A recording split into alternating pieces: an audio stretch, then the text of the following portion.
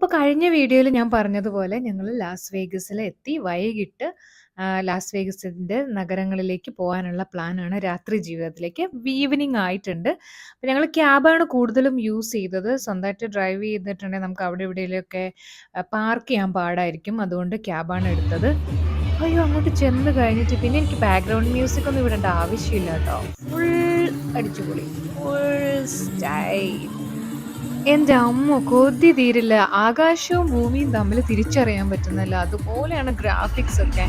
പിന്നെ body paint ചെയ്ത സ്ത്രീകൾ നിൽക്കുന്നു, പുരുഷന്മാരും ഉണ്ട്. കൂടാതെ പല ഷോസ് നടക്കുന്നു. നമുക്ക് അവരുടെയൊക്കെ കൂടെ നിന്ന് പോയി ഫോട്ടോ എടുക്കാം. എൻ്റെ അമ്മ, ഒന്നും പറയാനല്ല. രാത്രിയും പകലും നമ്മൾ രാത്രി ഏറെ ആകുന്നൊന്നും അറിയുക പോലില്ല. അതുപോലത്തെ മനോഹരമായിട്ടുള്ള കാഴ്ചകൾ. ഞങ്ങൾ ആക്ച്വലി വന്നപ്പോൾ ഒന്നും കഴിച്ചിട്ടുണ്ടായിരുന്നില്ല. അതുകൊണ്ട് ഞങ്ങൾ എവിടെയെങ്കിലും ഡിന്നർ കഴിച്ചിട്ട് നടപ്പ് തുടങ്ങാൻ തീരുമാനിച്ചു. ഒത്തിരി നടന്ന് കാണാനുണ്ട്.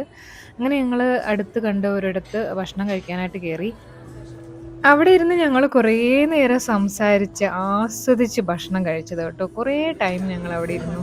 ശരിക്കും സമയം പോകുന്ന അറിയില്ല ഫ്രണ്ട്സിൻ്റെ കൂടെ ഇരുന്നിട്ടുണ്ടെങ്കിൽ, അല്ലേ? ആണോ? രണ്ടെണ്ണം പറയാം. ഓർഡർ ബിക്കോസ് നമുക്ക് തുക കൊടുക്കാൻ പറ്റില്ലല്ലോ. I'm not a steam.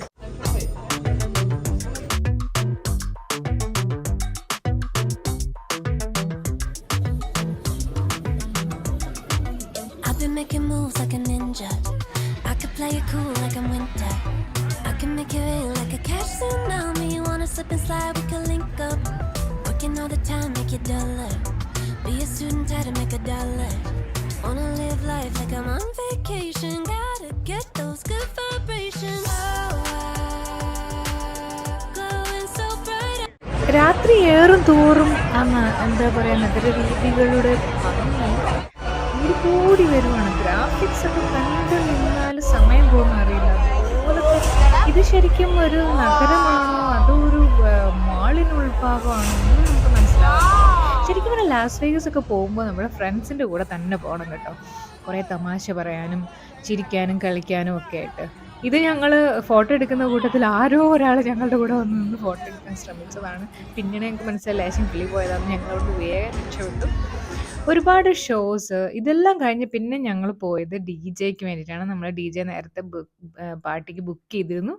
അപ്പോൾ താവോ എന്ന് മറ്റോ ആയിരുന്നു അതിൻ്റെ പേര്. ഭയങ്കര സെക്യൂരിറ്റി ചെക്ക് ആയിരുന്നു കേട്ടോ അകത്തേക്ക് കയറുന്നതിന് മുമ്പ്. ഏതായാലും ഞങ്ങൾ നേരത്തെ ബുക്ക് ചെയ്തിരുന്നത് കൊണ്ട് ഞങ്ങൾക്ക് അവിടെ ഒരു ഇടം കിട്ടി. പക്ഷെ ഹോണസ്റ്റ്ലി എനിക്ക് മനസ്സിലാവാത്തൊരു കാര്യം, ഒരു അടിപൊളി ഡി ജെ പാർട്ടി നടക്കുന്നിടത്ത് ഈ ബുദ്ധൻ്റെ പ്രതിമ, ബുദ്ധൻ്റെ ഒരു ഇതെന്തുവാ സംഭവം എന്ന് എനിക്ക് മനസ്സിലായില്ല. പക്ഷെ ഡി ജെ പാർട്ടി സൂപ്പർ ആയിരുന്നു കേട്ടോ, അടിപൊളിയായിരുന്നു. അയ്യോ, കുറേ ഞങ്ങൾ ചെയ്തു. ഡാൻസ് കളിച്ച് കളിച്ച് മടുക്കും വരെ അവിടെ ഡി ജെ പാർട്ടിയൊക്കെ കഴിഞ്ഞ് രാത്രി എപ്പോഴോ ഒരുപാട് വൈകിയാണ് ഞങ്ങൾ തിരിച്ചു വന്നത്. ശരിക്കും എൻജോയ് ചെയ്തു. എല്ലാം നമ്മൾ നേരം വെളുക്കുന്നോടം വരെ അതിൽ നടന്നാലും നമുക്ക് നേരം വെളുക്കുന്ന അറിയില്ല. അത്രയും മനോഹരമാണ് രാത്രി കാണാനായിട്ട്. പിറ്റേന്ന് ഞങ്ങൾ ഇതുപോലെ കുറച്ച് കാസിനോസ് ഒക്കെ കാണാൻ വേണ്ടി ഒരുപാട് നടന്നു.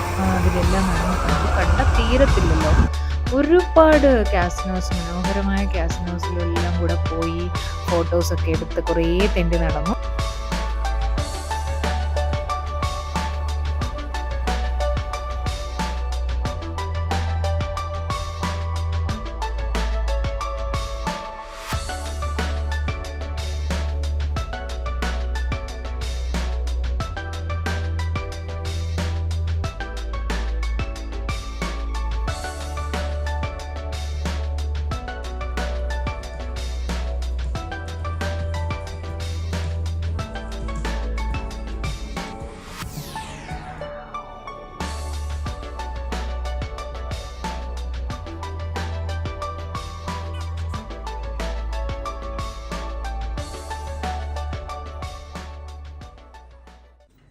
പെട്ടെന്ന് സമയം തീർന്നു. പിറ്റേന്ന് ഞാനാണ് ആദ്യമായിട്ട് തിരികെ പുറപ്പെടേണ്ടത്. എൻ്റെ ഫ്ലൈറ്റായിരുന്നു ഫസ്റ്റ്. ഭയങ്കര സങ്കടമായിരുന്നു. രാത്രി ഒരുപാട് വൈകിയാണ് ഞങ്ങൾ വന്ന് കിടന്നത്. പിന്നെയും കുറേ വർത്താനമൊക്കെ പറഞ്ഞ് നേരം വെളുത്ത് എപ്പോഴുമാണ് ഉറങ്ങിയത്. എനിക്ക് പോരാൻ ഇറങ്ങിയിട്ട് ഭയങ്കര സങ്കടമായിരുന്നു. ഞങ്ങൾ ആദ്യമായിട്ടാണ് പരസ്പരം കാണുന്നത്. പക്ഷെ ഒരു ജന്മം മുഴുവൻ സുഹൃത്തുക്കളായിരുന്നത് പോലത്തെ ഒരു വല്ലാത്ത ഫീലിംഗ് ആയിരുന്നു. എനിക്ക് അന്ന് പോരണമെന്ന് തീരെ താല്പര്യമില്ലായിരുന്നു. 2 ദിവസം കൂടെ അവരുടെ കൂടെ ചെലവഴിക്കാൻ പറ്റിയിരുന്നെങ്കിൽ എന്നുള്ള ഭയങ്കര ആഗ്രഹമായിരുന്നു. ആക്ച്വലി ഞങ്ങൾ എല്ലാ കൊല്ലവും ഇതുപോലെ കൂടാം, ഇതുപോലെ ഒരു ദിവസം പോരാ, രണ്ടോ മൂന്നോ ദിവസം നമുക്ക് സ്പെൻഡ് ചെയ്യണം എന്നൊക്കെ പറഞ്ഞിട്ടാണ് പുറത്തിറങ്ങിയത്. അവരുടെയൊക്കെ ഫ്ലൈറ്റ് ചിലർ രാത്രിയിലാണ്, അപ്പോൾ അവർക്ക് കുറേ കൂടെ സമയമുണ്ട് ചിലവഴിക്കാനായിട്ട്. ഏതായാലും എനിക്കുള്ള ക്യാബ് ഞങ്ങൾ നേരത്തെ ബുക്ക് ചെയ്തിരുന്നു. അത് ഉടനെ തന്നെ എത്തും, അതുകൊണ്ട് ഞങ്ങൾ വെളിയിലെത്തി. ഇനി എനിക്ക് ശരിക്കും പറഞ്ഞിട്ടുണ്ട് ഒരു കാത്തിരിപ്പാണ് അടുത്ത കൊല്ലം എപ്പോഴാണ് ഇവരെയൊക്കെ കാണാൻ സാധിക്കുക എന്നുള്ളത്. സത്യത്തിൽ ഞാൻ കരഞ്ഞു പോയി കേട്ടോ ഇറങ്ങിയപ്പോൾ. അത്ര ഒരു സിസ്റ്റേർലി ഫീലിംഗ്, ഒരു പരസ്പരമുള്ളൊരു ഭയങ്കര ബോണ്ടാണ്. കഴിഞ്ഞ 3 വർഷമായിട്ട് ഞങ്ങൾ ഓൺലൈനിലാണ് കണ്ടുകൊണ്ടിരുന്നത്.